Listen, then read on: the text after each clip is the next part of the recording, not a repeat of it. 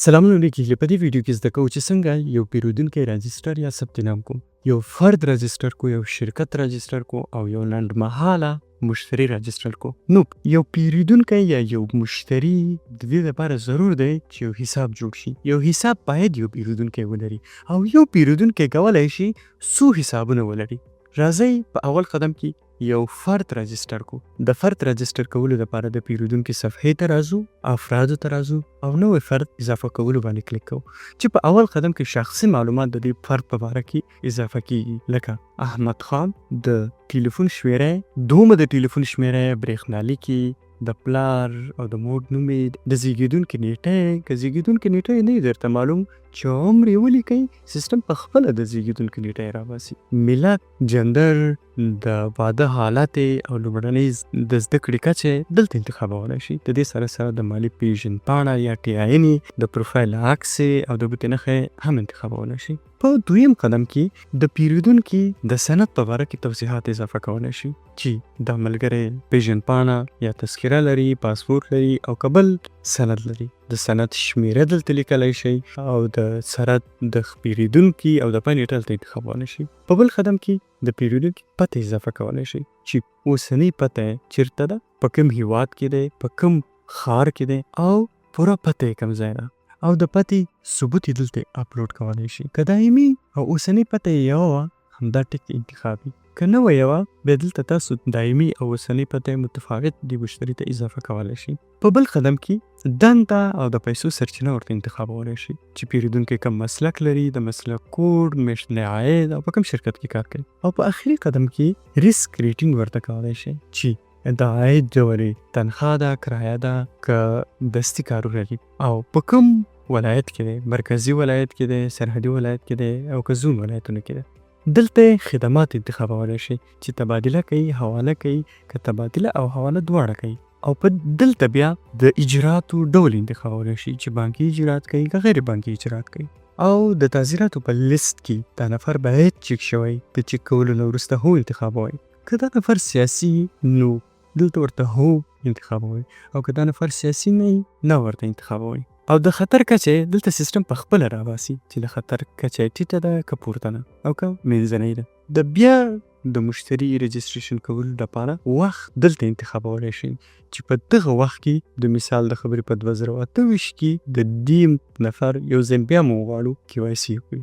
د خوندي پر بټن کلیک کولو سره دا مشتری ثبت کیږي یا دا فرد رجسټر کیږي. په دویم قدم کې راځو یو شرکت رجسټر کوو. د شرکت رجسټر کولو لپاره شرکتونو صفحې ته راځو، پر دوی شرکت کلیک کوو، د شرکت نوم لیکو، د ټلیفون شمیره یې لیکو، دویمه ټلیفون شمیره، برېښنالي، جواز یې له کومې برخې نه اخیستی دی، د سوداګري ډول، د تاسیس کال، کلنی عاید، TIN یا د مالیې پیژندنې، د سوداګري جواز نمبر، د پیرودونکي او د پای نیټه، د دفتر پته چې په کوم ښار او په کوم مارکیټ یا پوره پته یې چېرته ده. که غواړئ تر دې نورې پتې ورته اضافه کوئ، پر پته اضافه باندې کلیک کولی شي، لکه کابل، سرای شهزاد. د دې شرکت بله څانګه د ریسک ریټینګ په برخه کې تاسو دلته هم د عاید ډول، د ځای ډول چې په کوم ولایت کې دی، د حوالې، تبادلې او یا له دواړو خدماتو څخه استفاده کوي، د اجراتو ډول چې بانکي دی که نه غیر بانکي دی، تعزیراتو لیست کې باید چک شوی، که د شرکت سیاسي وي هو که نه انتخابول، او د بیا KYC کولو کار دلته لیکئ.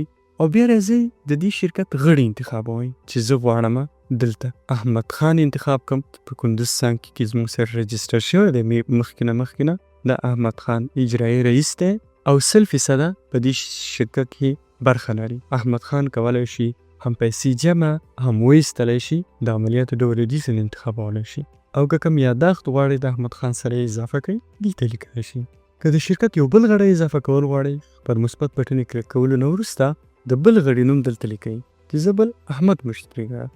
د ونډ سلنې 0 ټاکو او د عملیاتو ډول ډیپازیټ ټاکو چې صرف پیسې جمع کړلی سم. یاداښت ټاکلو نه وروسته یاداښت اختیاري دی. د خوندي بټن په کلیک کولو سره عرفون شرکت په کندوز څانګ کې دی، اړیکې شمیره او د جواز شمیره دلته زموږ سره رجسټر شو. په دریم قدم کې راځو یو لنډمهاله پیرودونکی رجسټر کوو چې لنډمهاله پیرودونکي د وارده او صادره حوالو لپاره او د تبادلې لپاره استفاده کیږي.